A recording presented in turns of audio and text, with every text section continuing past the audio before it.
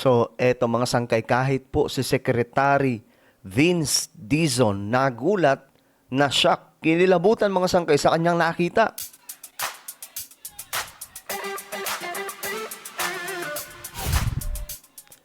Hello guys, what's up? This is me. We are back dito sa ating YouTube channel. Ako muli ito, Sangkay Janjan, nagbabalik.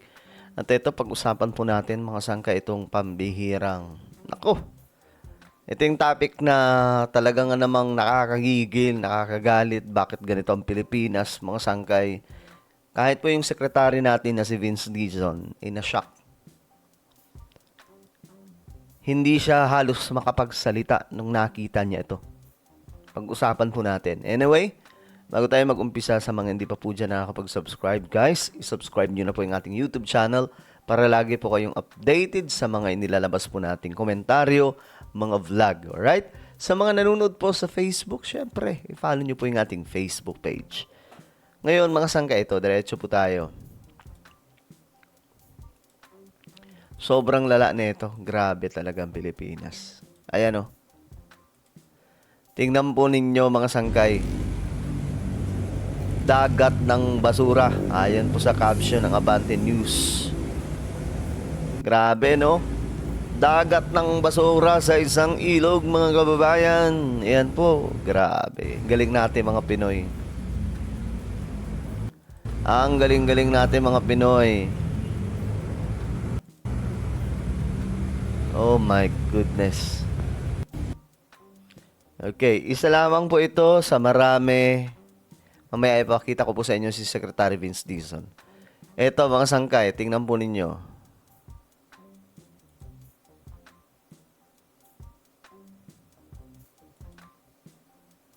Yan.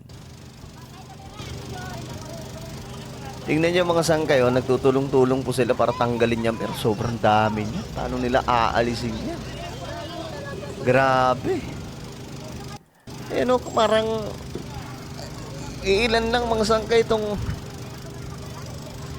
yung basura talagang ang dami po niya no.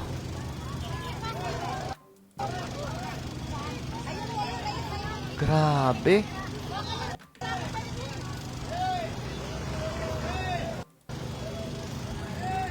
Oh my goodness.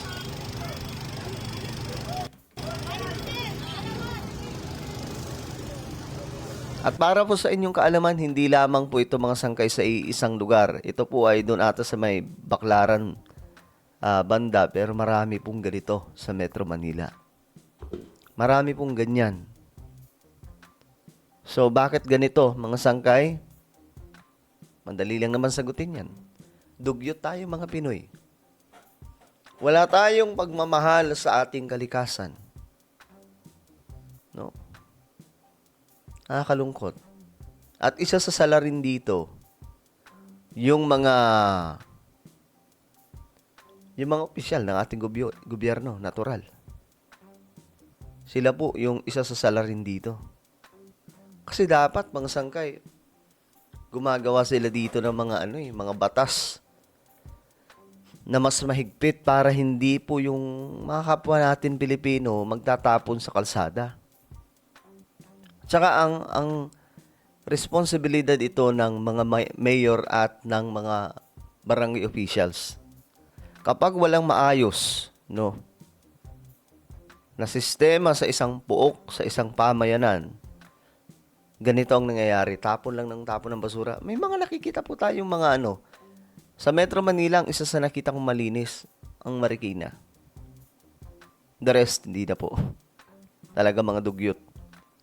Ang Marikina po, inasanay po sila na hindi nagtatapon na ng basura sa kalye. Malinis po doon. Kahit bumisita po kayo sa Marikina, malinis po ang Marikina. Sa buong Metro Manila, Marikina po yung ganyan. 'Di ba? Ang problema dito talaga, walang maayos na waste management. Kasi nga, wala naman pong gumagawa ng, kumbaga, batas para ayusin ito. Di tulad po sa Japan, China, Singapore, maayos po. Halos oras-oras mayroon pong kumukuha ng basura. Sa atin dito, naknanto ko. Tapos, ginagatasan pa mga sangkay yung mga yung pera ng May waste management tayo para po sa inyong kaalaman, pero hindi po maayos. 'Di ba? Parang ano lang, parang sa government lamang po natin, may government po tayo, pero hindi po maayos ang system. Mula sa 1987 Constitution, ganun po siya. Tingnan nyo, ang ganda ng Pilipinas. Galing natin, no? Mula sa mga politikong dugyot, papunta sa mga Pilipinong dugyot. Sama-sama na po tayong malubog sa basura. 'Di ba? Kinukuha lang natin 'yan kapag kapag may baha. Pero kapag wala pang baha, sige, tapon kahit saan. Alam nyo, kung lahat ng mga barangay may mga basurahan sa gilid-gilid, bawat kanto, hindi ganito yan eh. Tama? Hindi ganyan yan. Ikaso, nakakita na ba kayo ng barangay maliban po sa ibang lugar like Marikina? Hindi ko masyadong napansin doon eh. Pero malinis doon. Pero nakakita na ba kayo ng barangay sa Metro Manila na bawat kanto may basurahan? Walang ganun. Nakakita na ba kayo sa China guys, kahit po yung mga highway nila, highway yun may mga basurahan yun, bawat kanto. Halimbawa EDSA, bawat kanto, mga ilang di pa lang, may basurahan na naman. Tapos halos mayat maya may kumukuha ng basura. Sa Pilipinas, wala, plastic lang, plastic bag, lagay lang sa gilid. Tapon kayo doon, tapos kinalkal ng pusa. Nagkalat na yung mga basura. O ngayon, ito, mga sangkay si Secretary Vince Dizon. Ayan, ito. Sek, anong nafe-feel natin, nakikita natin ngayon yan, Sek? Sek, good morning, Sek. Hindi ko alam kung good morning, hi. Ano pong nararamdaman natin, nakikita natin ganyan, Sek?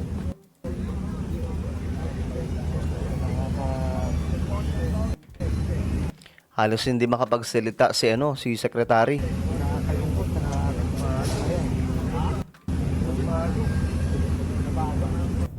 Sek, is it the first time, Sek?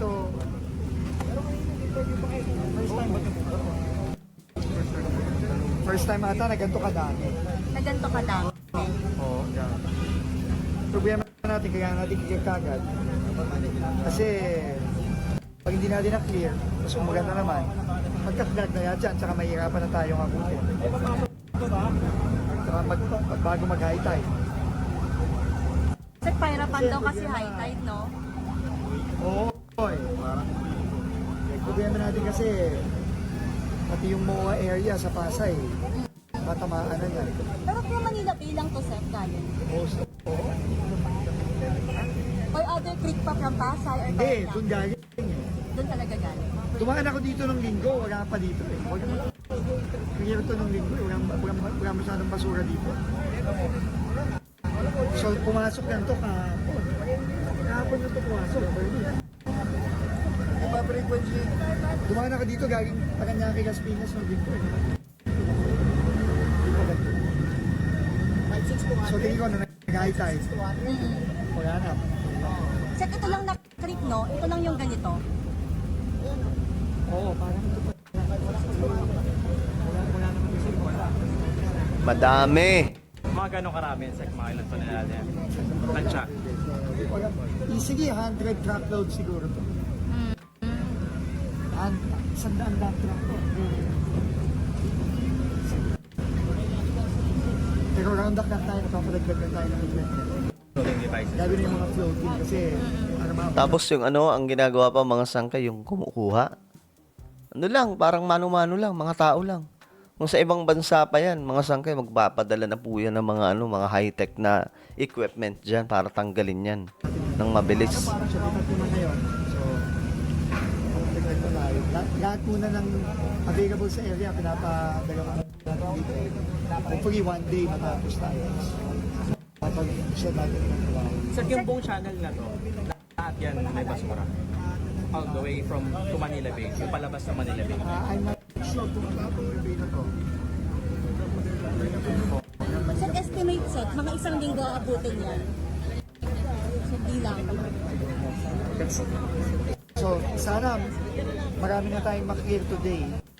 Tapos Para sa bawas-bawas. para mabawasan. Kasi, habang hopefully, maganda yun. Okay, so, mga sangkay, ito yung situation, grabe, sobrang lala. Tapos, yung naglilinis pa, mano-mano lang, ayan po, mga tao lang. Mano-mano lang. So, kailangan na po ng proper at maayos na waste management system po talaga ang Pilipinas. Hindi po yung ganito.